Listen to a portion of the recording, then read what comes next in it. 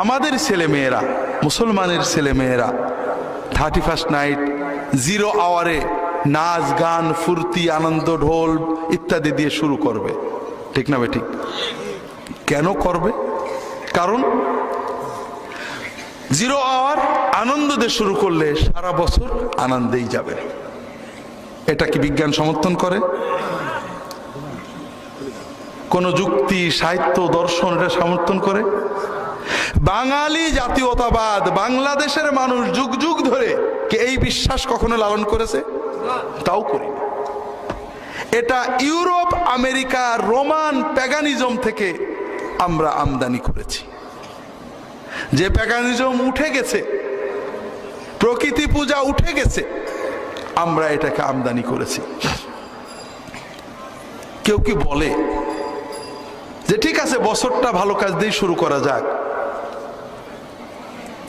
পহেলা 31st নাইটের গভীর রাতে 0 আওয়ারে তোমরা ঢাকা বিশ্ববিদ্যালয়, রাজশাহী বিশ্ববিদ্যালয়ের ছাত্রছাত্রীরা, প্রাইভেট ইউনিভার্সিটির ছাত্রছাত্রীরা যারা পেপসির চেয়ে বিয়ার এবং হুইস্কি খাওয়া বেশি পছন্দ করো, তোমরা 1 বোতল হুইস্কির দাম সবাই শোধ করো, 2 বোতল পেপসির দাম বাঁচিয়ে নাও, 2 দিনের মোবাইলের পয়সা বাঁচাও।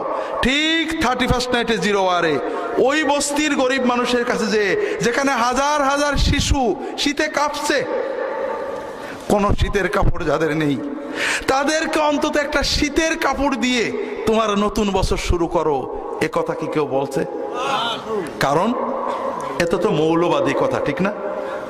হ্যাঁ, মানবতাকে সাহায্য করা, গরিবদের সাহায্য করা মৌলবাদী কথা, ঠিক তো? এইরকম কথা বললে তো আমাদের যুবকরা নষ্ট হয়ে যাবে, ঠিক না? তাহলে কেন বলছি না?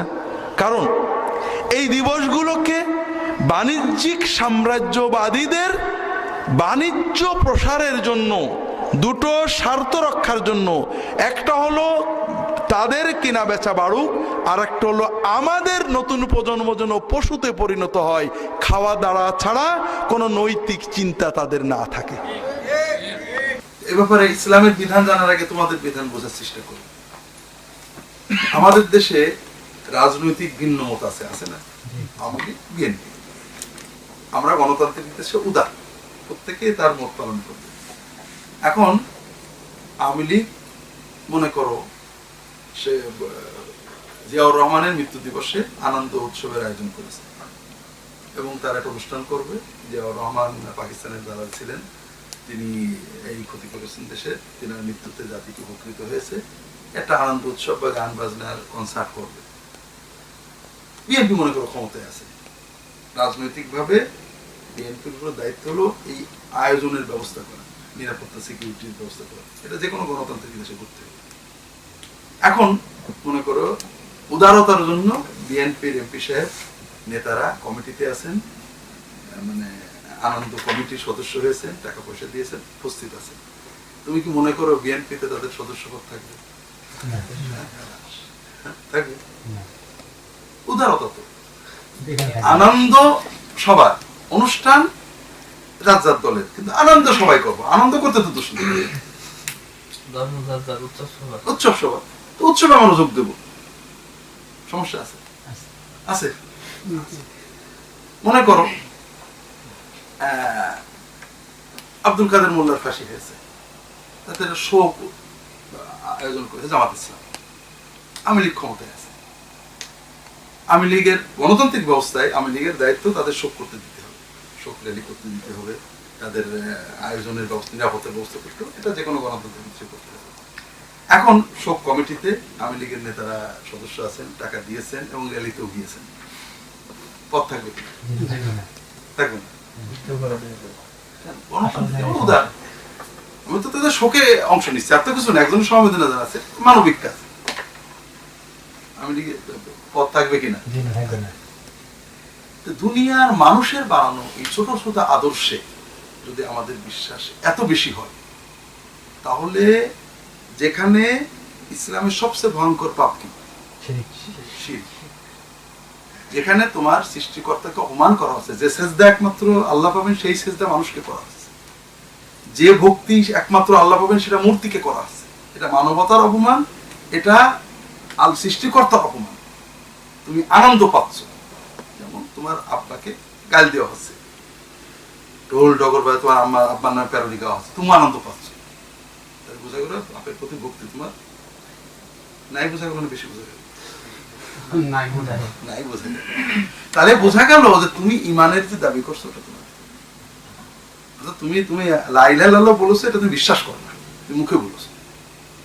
ইসলাম যেটা দিয়েছে সেটা হলো যে কোনো ধর্মের মানুষ মুসলিম সমাজে বাস করে তার ধর্মীয় স্বাধীনতা, তার ধর্ম পালনের স্বাধীনতা, তার ধর্মস্থানের স্বাধীনতা, ইবাদতের স্বাধীনতা রাষ্ট্র নিশ্চিত করবে। পুলিশ পাহারা দেবে, রাষ্ট্র নিশ্চিত করবে তারা স্বাধীনভাবে ইবাদত করতে পারবে। কিন্তু তাদের চয়েসটা ভয়ঙ্কর ভুল। এটা আল্লাহর সাথে যে কোনো পাপ, যে বড় পাপ। একটা মানুষ খুন হচ্ছে, বিএনপির এমপিকে পিটানো হচ্ছে, তুমি দেখছো ভালোই লাগছে, বিএনপি তোমাকে নেতা বানাবে? যেখানে আল্লাহ তাআলাকে অপমান করা হচ্ছে সেটাকে তুমি আনন্দ পাচ্ছ, সেখানে যেয়েছো দেখতে পাচ্ছ, তোমার হৃদয় ফেটে যাচ্ছে না, তাহলে কি বোঝা গেল? হ্যাঁ, পুলিশ যেতে পারবে, প্রশাসন তাদের নিরাপত্তা দেবে, কিন্তু সেখানে চাঁদা দেওয়া, সেখানে কমিটিতে থাকা, সরকারি মানে দায়িত্বে যদি কেউ থাকে, ডিসি, এসপি, মন্ত্রী, এমপি, তারা তাদের নিরাপত্তা নিশ্চিত করবে, এটা ভিন্ন কথা। কিন্তু সেটা দেখতে যাওয়া, তার মানে কি? জামাতের নেতাকে পিটানো হচ্ছে, তুমি দেখতে গেলে, যাবে কোনো জামাতের নেতাকে? আওয়ামী লীগের নেতাকে পিটানো হচ্ছে, তুমি দেখতে গেলে? বঙ্গবন্ধু শেখ মুজিবুর রহমানের নামে গালাগালি করা হচ্ছে, তুমি সেই কমিটি সবাই গেলে? যাবে? গেলে তোমার ইমানই তোমাকে, তোমার এই দুনিয়ার দলীয় ইমান তোমাকে বাধা দেবে না, ওখানে যাওয়া যায় না। তোমার আপন ভাইও, মনে করো তোমার আপন ভাই 15ই আগস্টে, কি বলে, হ্যাঁ 15ই আগস্টে খালেদা জিয়ার জন্মদিনে আনন্দ করতে গেছে, বঙ্গবন্ধুর কিচ্ছু বলিনি, শুধু খালেদা জিয়া, তুমি মানতে পারবা? তুমি আওয়ামী লীগের ইমান যদি তোমার থাকে, মানতে পারবা? মনে করো চট্টগ্রামে গেলাম, চট্টগ্রামে এই বেড়ে কয়েক মাস আগে বলছে যে একজন ইমাম, খুব ভালো ইমাম, বিশ্ববিদ্যালয়ের শিক্ষক, এখন একজন চিট করতেছে নামাজের পরে, জুমার পরে, যে 15ই আগস্ট আমাদের জাতির জনক বঙ্গবন্ধু শেখ মুজিবুর শাহাদত বার্ষিকী, দোয়া করবেন, দোয়া অনুষ্ঠান। আরেকজন চিট করতেছে, আগামী 15ই আগস্ট মানে খালেদা জিয়ার জন্মদিন, দোয়া অনুষ্ঠান হবে, আপনাদের দাওয়াত। বেচারা মুসল্লিরা চিট করতেছে, পড়েছে, পরের দিন থেকে চাকরি, দুটোই পড়েছে, ইমামের চাকরি। এখন কথা হলো, যদি 15ই আগস্টে বঙ্গবন্ধুর শাহাদত বার্ষিকীর দিনে মানে আরেকজনের জন্ম হয়েছে, সে হোক বা না হোক, তিনি জন্মদিন পালন করবেন, এই কাগজ পড়লে যদি চাকরি চলে যায়, তাহলে পারে যেখানে মানে ভয়ঙ্করতম পাপ শিরক করা হচ্ছে, আমার আল্লাহকে অপমান করা হচ্ছে, যেখানে মানবতা বিরোধী কাজ করা হচ্ছে, মূর্তির সামনে মানুষ শুয়ে পড়ছে, মূর্তিকে ভোগ দেওয়া আছে, আবার সেই মূর্তিকে পুঁতে ফেলা হচ্ছে, কোনো বিবেকে ধরে না, কোনো যুক্তি ধরে না, এবং সবচেয়ে ভয়ঙ্কর পাপ। এটা তুমি দেখে আনন্দ পেলে, তোমার বিবেকে লাগলো না, তাহলে পরে তোমার ভিতরে ইমানের যে দাবি করছো ওটা কিছুই। এই জন্য যে কোনো আর রাযা বিল কুফরি কুফর, যে কোনো কুফরিতে সন্তুষ্ট, তোমার ভিতরে পাপ অনুমতি নেই। মানুষ খুন হচ্ছে, তুমি মানুষ, মদ খাওয়া হচ্ছে, অথবা তুমি মদ খাচ্ছে আর ভাবা দিচ্ছ, তোমার ভিতরে ইসলামী ইমান আছে? ন্যাংটো হয়ে আছে একজন, ন্যাংটো জিনা করছে, ন্যাংটো নাচছে, ন্যাংটো আমার নাচতে সুন্দর দেখাচ্ছে, ইমান আছে? মানুষ খুন করা, মদ খাওয়া, ন্যাংটো নাচা, এগুলো বড় পাপ না শিরিক বড় পাপ? শিরিক তোমার মাথায় লাগবে, কষ্ট লাগবে না। আবার তুমি মুসলমান, এটা তোমার কল্পনা যে তুমি মুসলমান, তুমি মুসলমান না। রবীন্দ্রনাথ ঠাকুরের একটা গল্প পড়ছিলাম, কাদম্বিনী মরিয়া প্রমাণ করিল যে সে মরে নাই। তুমি এই পূজায় দাঁড়িয়ে প্রমাণ করলে যে তুমি মুসলমান ছিলে না কখনো, তুমি একটা অস্পষ্ট ধারণার ভিতরে চলেছো, কথা বুঝতে পেরেছো? এই জন্য কোনো পাপের উপর খুশি হওয়া, পাপেকে আনন্দ মনে করা, এর চেয়ে তো পাপ হতো যে ও কুফরি কষ্ট তো বোঝে না, ওর তো চয়েস, ওর ধর্ম পালনের পুরো স্বাধীনতা তার আছে। কত বুঝতে পেরেছে? আল্লাহ কোরআন কারীম বলেছেন, ওয়াইদা রাআইতাল্লাযীনা ইয়াখুযুনা ফি আয়াতিনা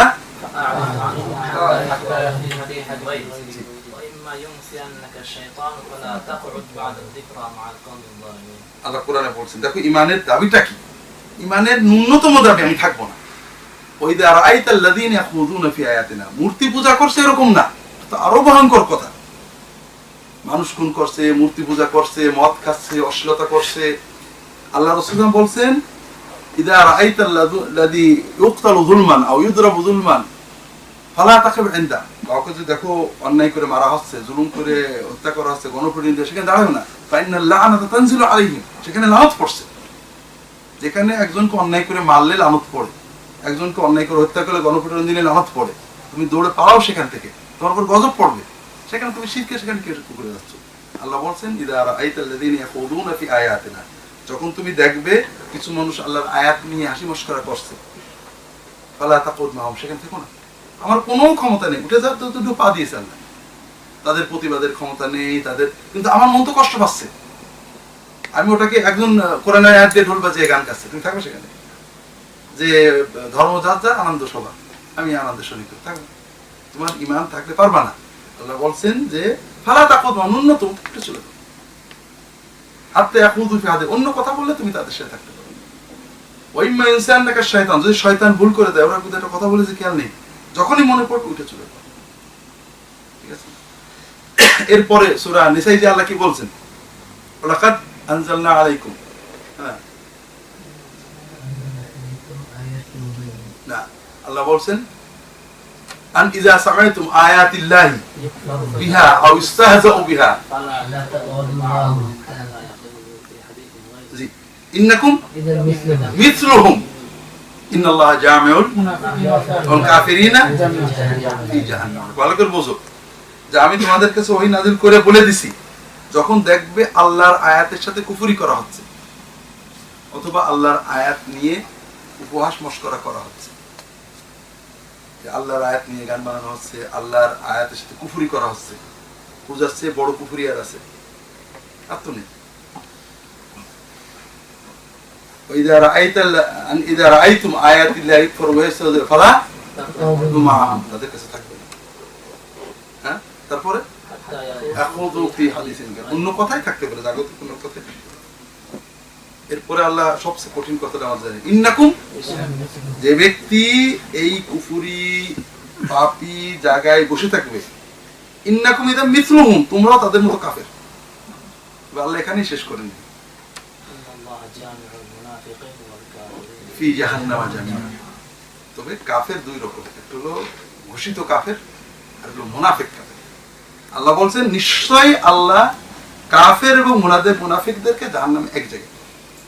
কাজে তুমি যখন কুফরি দেখে মজা পাচ্ছ, তাহলে তুমি হয় কাফের নইলে মুনাফিক। কাজে ইমানের কি হলো, আল্লাহর হুকুম তারা তাদের ধর্ম পালন করবে, তাদের ধর্মে বাধা দেওয়া, তাদের ধর্মে ক্ষতি করা, তাদের ধর্মের বিরুদ্ধে বলা, দেবতাদের বিরুদ্ধে বলা। আমরা মূর্তি পূজার বিরুদ্ধে বলি, তাদের পূজনীয় কোনো ব্যক্তি, দ্রব্য, বস্ত্র, এটাকে অপমান করে কথা বলে ইসলামে হারাম। লা তাসুবুল্লাযিনা ইয়াদউনা মিন দুনিল্লাহ ফায়াসুবুল্লাহা আদওয়াম বিগাইরি ইলম। তবে এটা হলো তার চয়েসকে মেনে নিয়ে, যেমন মানে সরকার ক্ষমতায় থাকে, যে সরকার থাকে গণতান্ত্রিক ব্যবস্থায়, বিরোধী দলকে সব কথা বলার অধিকার দিতে হবে। তারা গাল দেবে, বাজে কথা বলবে, বিক্ষোভ মিছিল করবে, র্যালি করবে, গান বাজে করবে, সুযোগ দিতে হবে। কিন্তু তুমি তার আনন্দ বা শোকে শরিক হবে, তোমার দলীয় ইমানটা বাধা দেবে না, তুমি সেই দলে থাকতে পারবে, কেউ তোমাকে দেবে। দুনিয়ার জাগতিক ইমান যদি এইটুক হয়, আর ইসলামের যে জিনিসটা তুমি দাবি করছো, আমি লা ইলাহা ইল্লাল্লাহ মুহাম্মদ বিশ্বাস করছি, এই দাবি যদি এর কাছাকাছি কিছু না যায়, তাহলে বুঝতে হবে যে কাদম্বিনী মরিয়া প্রমাণ করিল সে মরে নাই। তুমি পূজাই দিয়ে প্রমাণ করলে যে তুমি কখনোই মুসলমান ছিলে না। এটা হলো যারা দেখতে, শুনতে বা মজা পেতে, আনন্দ পেতে কি হচ্ছে দেখতে যান, তাদের গণপিটুনিতে কি হচ্ছে দেখতে যাওয়া যায়, ন্যাংটো নাচের আনন্দে কি হচ্ছে দেখতে যায়। হ্যাঁ, যারা সিকিউরিটির জন্য গিয়েছেন, যারা রাষ্ট্রীয় নিরাপত্তা, তাদেরটা ঠিক আছে, তো তাদের নিরাপত্তা কে করবে? না, বাধা দেবেন কেন? তাদের ধর্ম পালনের দায়িত্ব তাদের ধর্ম পালনের ব্যবস্থা করা রাষ্ট্রের দায়িত্ব। কাজেই পুলিশ যাবে পূজা দেখতে নয়, পুলিশ পূজা দেখতে যায় না, নিরাপত্তার জন্য যেতে হবে তাদেরকে। কাজেই রাষ্ট্রীয় নিরাপত্তা ব্যবস্থা করা তাদের ধর্ম পালনের, কেউ যেন তাদের গালি না দেয়, কেউ যেন ধর্ম বাধা না দেয়, এটা নিরাপত্তা নিশ্চিত করা মুসলমানের দায়িত্ব। কথা বুঝতে পেরেছ? এটা সরকার এটা নিশ্চিত করবে। কাজেই পুলিশ যেতে পারে নিরাপত্তার জন্য, পূজা দেখতে না। মুসলমানরা এ ব্যাপারে এত কঠিন ছিলেন। তোমাদের একটা কথা বলি, ওমর ইবনে আব্দুল আজিজ যখন খলিফা হলেন 99 হিজরিতে, তখন দারুল খেলাফত রাজধানী কোথায়? দামেস্কের বড় মসজিদ, মসজিদে মুয়াবি বলা হয়, মুয়াবিয়া মসজিদটা বানিয়েছিলেন। ওর একটু দূরেই ছিল খ্রিস্টান, তখন তো শহরটা ছোট ছিল, খ্রিস্টানদের চার্চ। তো মসজিদ বড় হতে খ্রিস্টানদেরকে বললো, ভাই চার্চটা একটু বিক্রি করে দিল না। ভাই তোমাদের হাতে ধরে পায়ে ধরে দিইনি, আস্তে আস্তে ওই মসজিদে ঢুকে দিতেছে। এটা হচ্ছে উমাইয়া যুগে, মানে আব্দুল মালিক ইত্যাদি যুগে আগে। ওমর ইবনে আব্দুল আজিজ খলিফা হওয়ার পর যখন তার ইনসাফ সবাই দেখলো, মাত্র 2 বছর ছিলেন, 2 বছর। হ্যাঁ, এখন খ্রিস্টানরা বললো যে আমিরুল মুমিনিন এই জায়গাটা কিন্তু আপনাদের। তাই দলিল আছে। মুসলমান দামেস্কের গভর্নরে বললেন যে মসজিদের বিরুদ্ধে, এই জায়গার মসজিদের দলিল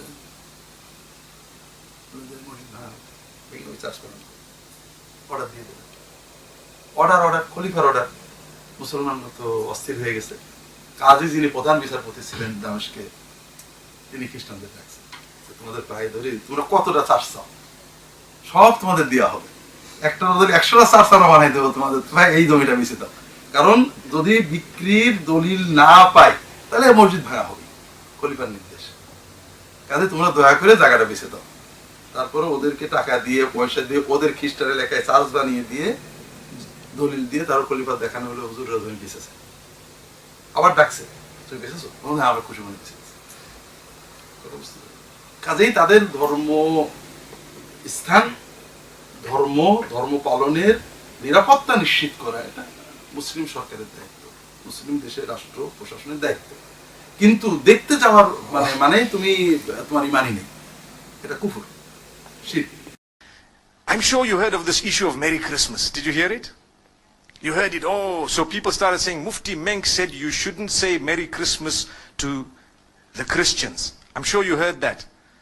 Why do you want to just take a small piece of the statement and hold it out like this and make it seem like we are people who do not believe in, a multicultural coexistence, multi-religious coexistence and so on? Let me tell you, I was asked about it recently in Singapore. And the reason I'm making mention of this is to show you that, look, we're not stupid. But sometimes people who want to look at it based on how the media has portrayed it may come to a decision or a conclusion that is not enlightened. They haven't considered everything. So what happened? You see, I grew up in Zimbabwe. We interacted from a young age with the Hindus, the Christians, the Jews, those who are from the African traditional faiths and so on, and we got along. We mixed in the schools from a young age, and as I grew up, I went to a high school that was purely Christian Catholic. And that was the best option we actually had. They allowed me whatever I had, and obviously we catered for them, they catered for us. There was a lot of respect, and that's how we developed, okay? However, when it came to Christmas, there were so many Christians who didn't believe in it.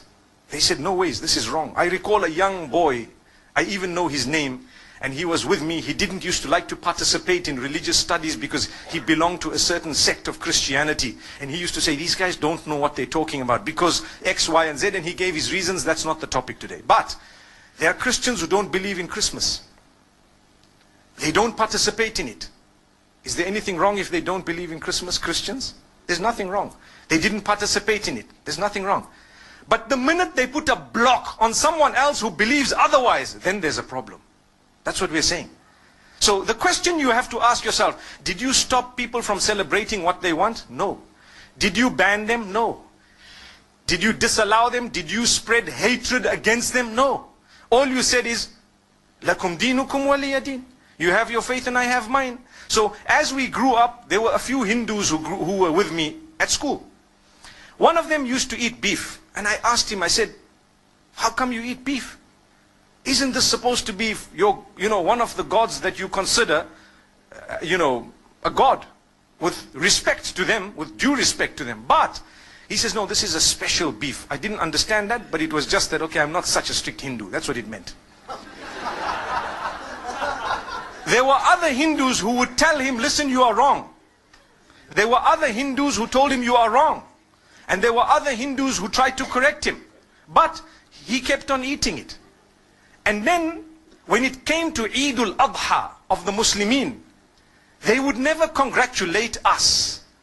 Why? Because we are sacrificing or slaughtering their God, so to speak. We never ever felt bad. Don't expect, and please don't expect a Hindu to tell you Eid Mubarak at Eid al-Adha. Respect them and understand that what you are doing is blasphemous to them, but they've allowed you to continue. It doesn't mean they hate or they are intolerant. It just means that they believe differently and they have a separate system of belief, and it would be insulting to them to actually come onto this side here and tell you, look, as much as you cutting my God, but well done, welcome, enjoy it, enjoy that. You don't expect it. Come on, use your brain. This is what tolerance and coexistence is all about. It's not about a statement. It's more about allowing them to believe what they have to, with respect in a way that you respect what they have as well. That's all it is. So what happened is, as time passed, it was amazing, because when it comes to the other faiths, we found the same. People didn't participate in some rituals of other faiths. That did not make them bigots. But they respected each other. There was a young man who became a Muslim from the Hindus. The day they were, when they die, what happens is they burn the body. They cremate that body. So this young man, his father had died, and they were cremating the body, and they asked him as the oldest son to actually light the fire. And he said, look, as much as you want me to do it, and that's my father, I'm sorry, it goes against my beliefs. And it caused a commotion until some of those who were wise, who knew, they said, look, that's the man's beliefs. Come on, leave him. Let the next son do it. How can you impose on him some... The idea is to coexist with your difference. That's what makes you a rainbow nation. That's what it is. But you don't shove your opinion down the throats of others. Just like now, in the Western world, they are banning you from covering your hair in some countries. That would create another problem. Why? Like the Honorable Minister said, it would make people feel that they are at war with the system. Because, hey, you know what? This is my basic right to believe something. I believe this is wrong. I believe this is right. That's the idea. So, from among the Muslims, there are those who believe that it's okay to participate in Christmas. And from among the Christians, there are those who believe that it's not okay to participate in Christmas. Look at the irony. But the idea is, if you believe that, by all means go ahead. You are answerable to Allah, not to me. If this one believes otherwise, go ahead. But please don't impose it on me. If I don't want, it's one of those things. Come on. Live and let live. Today, the problem is with all parties. We believe we are the only ones who are right. So we want to shove our opinions down the throats of the rest of the world. If not, they are the problem, they are the terrorists, they are the issue, they are this, that. Watch out. The words you are using will be used against you as well. Be careful. So this is why we say, as I grew up, still we used to sit and eat together as young boys.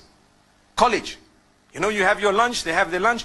We knew that if you have a beef burger, please don't offer it to the Hindus. It's insulting. It's blasphemous. They would actually feel so hurt. Don't. Would you ever, if you have Hindu friends, actually tell them, hey, have some beef?